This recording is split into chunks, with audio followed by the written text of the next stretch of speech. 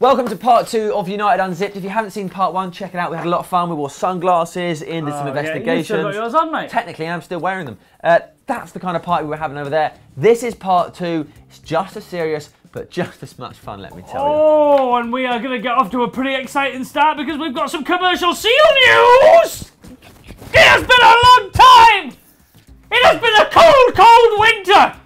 But we have got through! We are the bird that has stockpiled the berries, and the other birds are coming up to us saying, oh, we were just having fun in summer, can we have some of your berries during winter? And we were looking at them saying, get your own berries.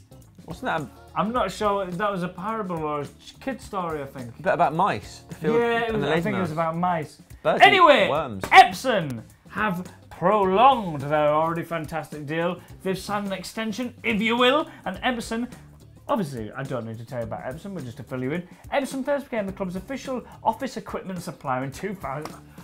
Office equipment! Absolutely brilliant! And credits the partnership for boosting its global profile and supporting business growth with products such as inkjet. I've got an inkjet printer, and I didn't even know what a printer was before Epson got on board with Man United. Scanners, projectors, and smart glasses! The new agreement will see the two global organisations team up together for further 3 years. Epson will continue to supply mentioned and core office and front of house printing and imaging equipment as well, benefiting the brand. Yeah, it's absolutely brilliant news! That is the dream. Right, we're going to move on now to the social media roundup, starting with Raphael's got a new tattoo. Oh, very nice. He's got his old kids' names on there. Kiddie Winkles. Yeah. Tails, though. Is that Tails? Heads and tails, he's a gambler. He loves it. Hopefully he'll beat United still next season. Elsewhere, Robin Van Persie, not got a tattoo, but he has been on a road trip with Faz. Oh, Faz is an absolute legend. He's great on a road trip. I love it. It's just like, no, I don't want any hair on my head, but I just want a lot of beard. And the other thing about Faz is, you know, when you go on a road trip with him, you've got to take your passport. Oh, yeah, you've got to Who knows where it's going to end? Oh, God. Neither with Faz. Faz does it one way, and that's big. Nailed it. Elsewhere, while we're talking about Robin Van Persie, the Robin Van Persie tournament is on Saturday. We're talking the under-9s, the under-10s. Ian, who's your tip for the under-9s? The under-9s, I think you can't look past Club Brugge. You're a fool. Look at the form. The South Africa All-Stars will take the under-9s. Oh, look. The South Africa All-Stars have always been built on a strong defensive foundation, but Club Brugge have got some very impressive, fast 9-year-olds coming in the wings for the big guy, 6'4" in the middle. It's big for an under-9 or any age. Okay, so, all right, fine, we disagree there. Okay. Under-10s. Okay, let's and the Robin Van Persie tournament. Let's say it on 3.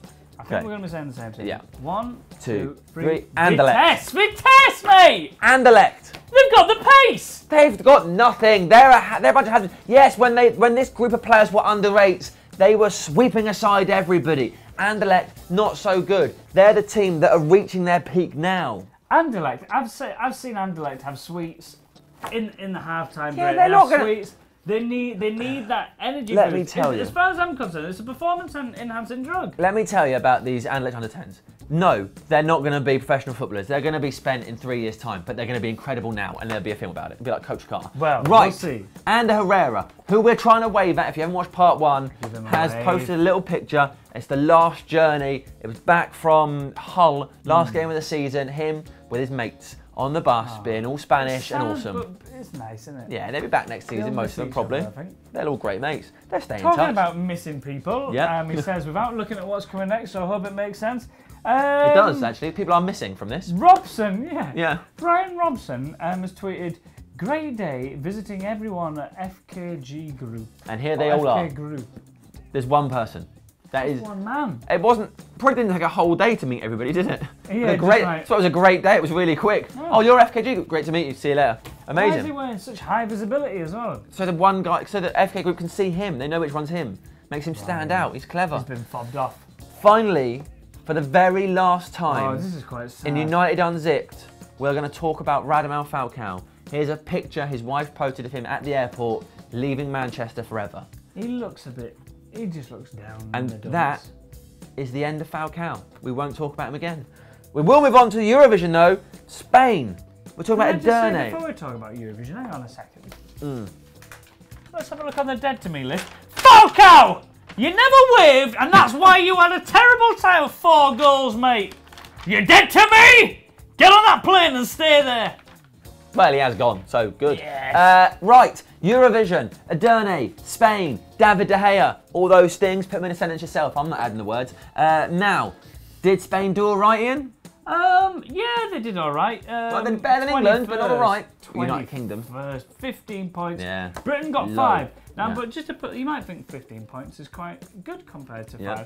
But the winner had over 300 points. And just again, Britain got 5. And Britain's song was one of the worst things I've ever heard in my life. And I've heard foxes outside my window have sex. And that is awful. Is it? There you are, foxes. No, sorry, that wasn't the foxes, that was Britain's Eurovision. Oh, okay. Do you know what I think is great about Eurovision? That everybody in the United Kingdom, that's his phone.